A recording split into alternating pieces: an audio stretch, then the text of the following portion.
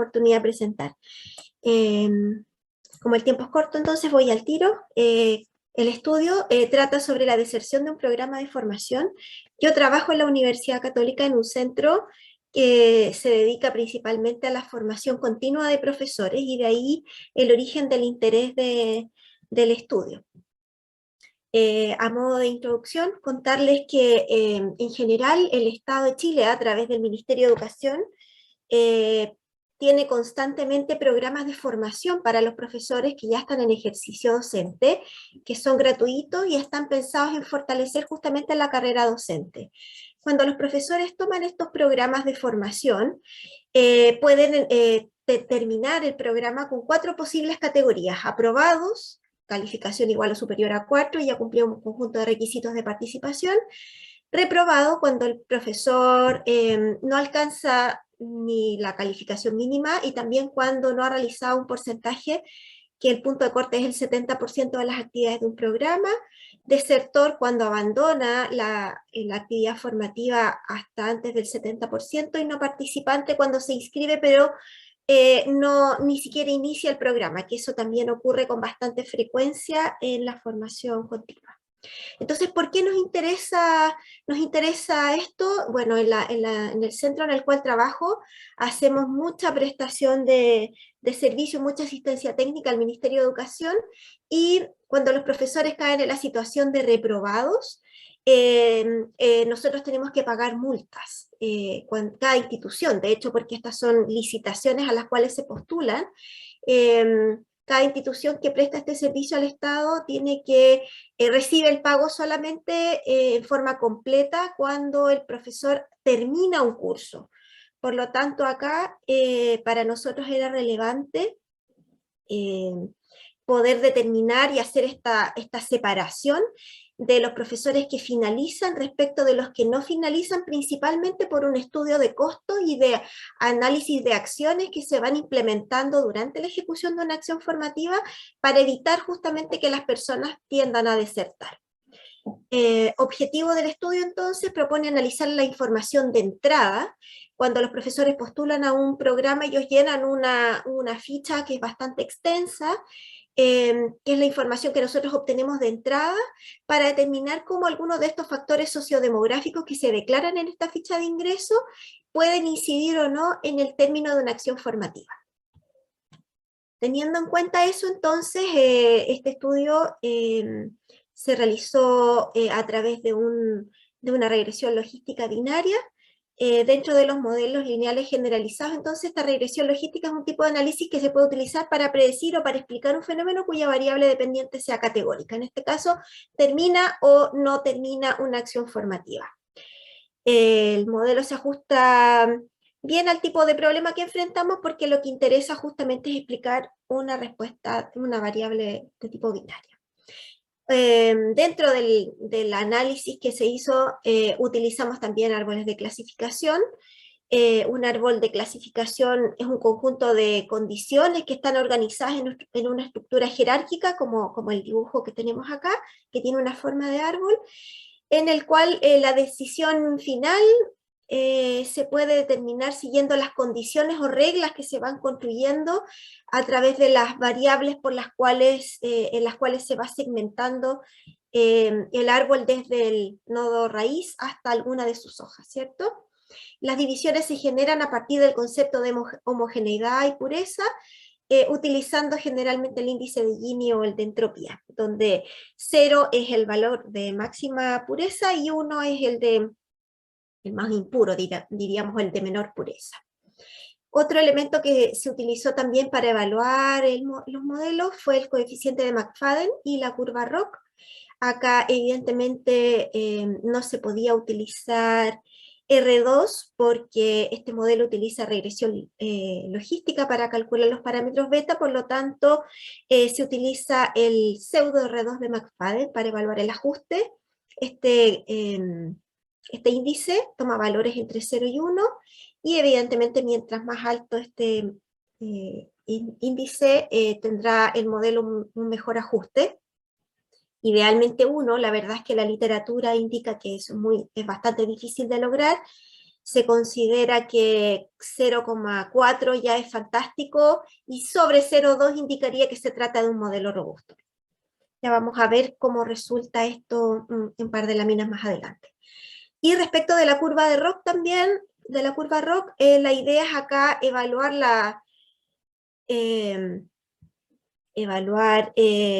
la tasa de verdaderos positivos respecto de los falsos positivos y obtener un área bajo la curva que sea lo más amplia posible para eliminar un poco digamos, esta típica probabilidad de que uno pueda tener, que es la línea que va acá, que está con color naranjo, que es como el 50-50, digamos, de que uno podría no tener ningún criterio sobre el cual operar, idealmente uno pueda obtener una curva, un área bajo la curva que sea bastante por sobre 0,5. La metodología que se usó, primero se hizo un análisis del conjunto de datos para identificar la asociación entre variables a través de árboles de clasificación, luego se creó un modelo, o 4 en realidad, modelos de regresión logística, y finalmente se evaluó el desempeño de estos 4 modelos propuestos para quedarnos con aquel que tuviera un mejor comportamiento. Se contaba con datos de 1.306 profesores que se habían matriculado en un curso en particular. Se tomó este curso que se llama Apreciando y Respondiendo a la Música, que se había desarrollado de manera sistemática en un periodo de 4 años. La institución en la cual trabajo desarrolla muchos cursos, pero este era el que tenía mayor consistencia, mayor cantidad de datos, que estaban más completos y por lo tanto permitía un mejor análisis también. La base de datos contaba con 25 variables, 4 de las cuales eran propias de la administración del curso, como el periodo en el cual se imparte. 17 eran las de tipo sociodemográficas, que son las que nos interesa analizar, y 4 del rendimiento final. Dentro de las variables sociodemográficas se distinguían 10 que son de tipo personal, es decir, edad, lugar donde vive, el título que obtuvo, características de ese tipo, experiencias previas en cursos en esta modalidad de formación, y 7 que son de ámbito laboral, por ejemplo, el establecimiento donde trabaja, si es urbano o rural, si en ese establecimiento cuenta con acceso a tecnología, o preguntas de ese tipo, digamos. Lo primero que se hizo fue un análisis exploratorio, en el cual no voy a profundizar, pero tenía como objetivo un poco visualizar cómo estaban distribuidos los datos, detectar si es que había outliers y ver un poco también si habían algunas tendencias.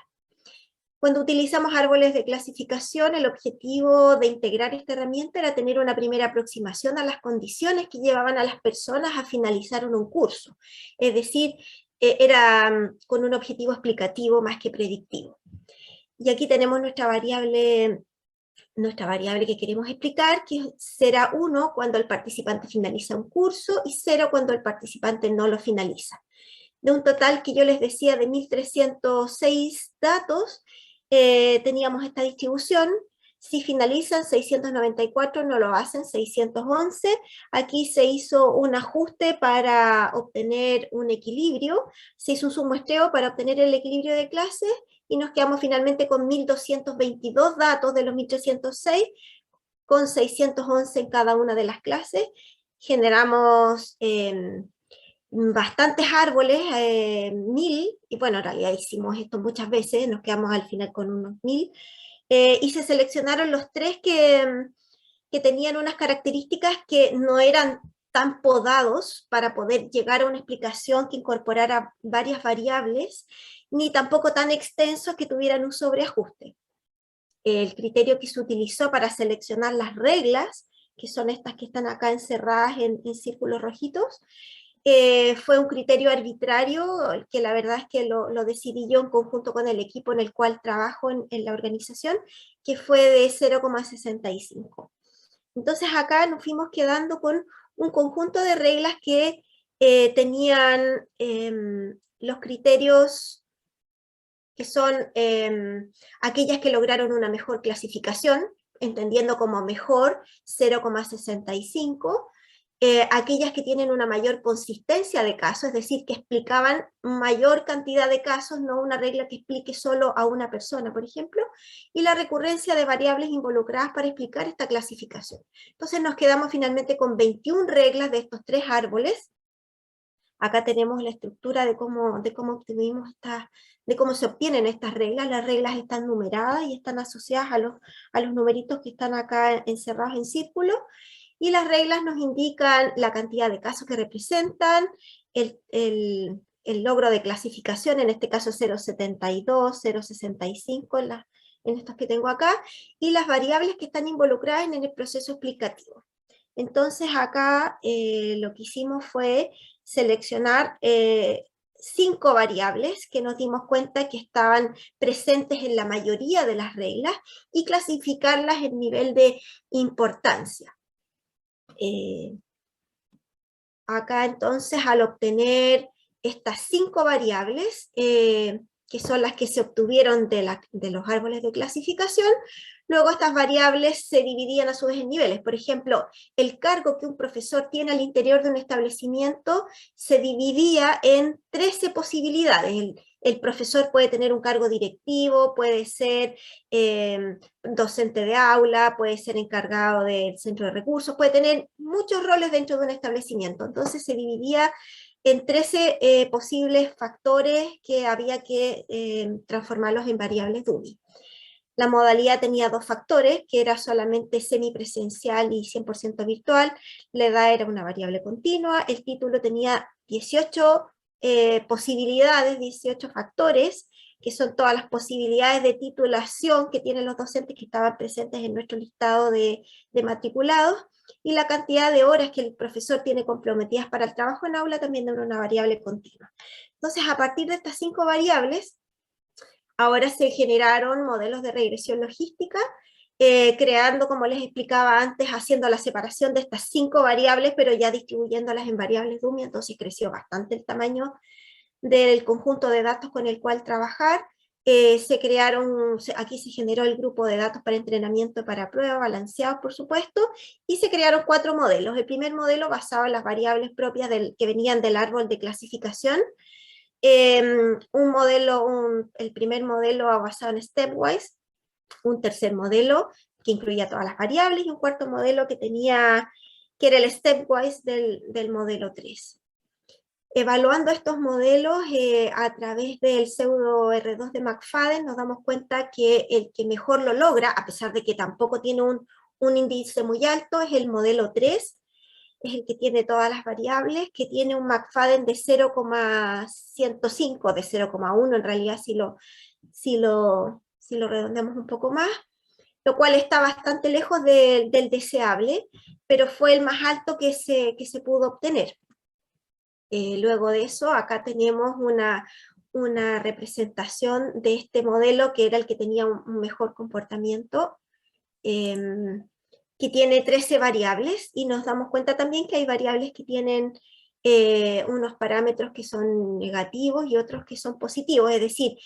se puede interpretar que mientras más alta la edad, por ejemplo, es un elemento que juega en contra, de la misma forma que la cantidad de horas que el docente trabaja en aula también parece ser que es un elemento que juega en contra para la probabilidad finalmente de finalizar un curso, y así obviamente también este factor es muy razonable. Tener internet también presente en el establecimiento y no solo en el hogar también es un elemento este es el profesor que utiliza internet solo en el establecimiento para desarrollar un curso. Entonces, cuando eso ocurre, también tiene una probabilidad de aprobar que es menor. La mayor probabilidad la tienen las personas que tienen internet y acceso a computador en el hogar. Como yo les comentaba, este conjunto de datos y este problema en general es un problema que yo conozco porque trabajo en él, entonces estas variables y estos resultados que iban surgiendo para mí tenían también, y para el equipo con el que trabajo, tenían mucho sentido. Posteriormente se hizo una evaluación del modelo para ver cómo clasificaban también en términos de asertividad, de sensitividad, y a nosotros nos interesaba mucho hacer también un análisis principalmente de la evaluación del costo, de lo que significa tener un falso positivo o un falso negativo. Tener un falso positivo nos importaba mucho porque en realidad nosotros nos dimos cuenta que activar acciones para retener personas no es realmente tan costoso, por lo tanto, dejar de aplicar estas acciones en personas y finalmente darnos cuenta de que iban a ser potenciales desertores, para nosotros era realmente más caro un falso positivo que un falso negativo. Estaría Finalmente, quedando un minuto, Sonia. bien, muchas gracias, Soledad. Estoy por terminar. Finalmente, sometimos también a evaluación los modelos a través de la curva ROC y nos dimos cuenta que el modelo 1, que logra, acá están los colores, el modelo 1, que es la curva rojita, logra una mayor área bajo la curva, por lo tanto, nos pareció bastante interesante, y aquí ya llego a las conclusiones, evidenciar que la efectividad de los árboles de clasificación no solo fueron suficientes y a nosotros nos hicieron mucho sentido para explicar el fenómeno, sino que también resultó ser el modelo eh, más adecuado de acuerdo a la evaluación de la curva ROC. Ahora, evidentemente nos damos cuenta que el índice de McFadden era bastante bajo. Este modelo necesita también necesariamente tener una proyección para probar otras técnicas o incorporar otros elementos que por tiempo no fueron posibles de incluir, como probar la interacción entre variables y también incorporar, que fue un elemento que se nos ocurrió después, incorporar algunas variables de desempeño del participante, no solo de entrada, las de sociodemográficas probablemente no sean suficientes también, sino incorporar algunas otras variables de desempeño en forma progresiva, es decir, bueno, ¿qué pasa cuando ya rinden la primera prueba? O ir incorporando datos de la participación ya